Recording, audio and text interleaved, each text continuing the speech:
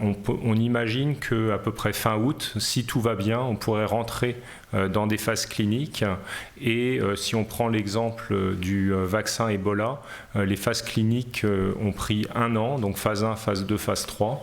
Et donc on espère que si tout se passe bien, on puisse avoir un vaccin disponible sur la plateforme Rougeole à l'échéance à peu près de 20 mois.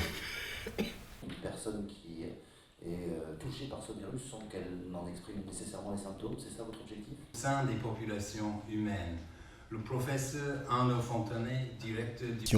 S'il y avait des formes bénignes de la maladie qui n'amènent pas des patients à consulter, voire des formes asymptomatiques qui pouvaient être contagieuses, le risque d'une dissémination est évidemment plus grand. Maintenant, je pense qu'il faut garder en tête que tout ce qu'on sait des maladies infectieuses, c'est que quand les personnes sont symptomatiques, et notamment quand ils toussent, ils vont être plus à même d'être contagieux. Les porteurs du virus dans la gorge et des crachats.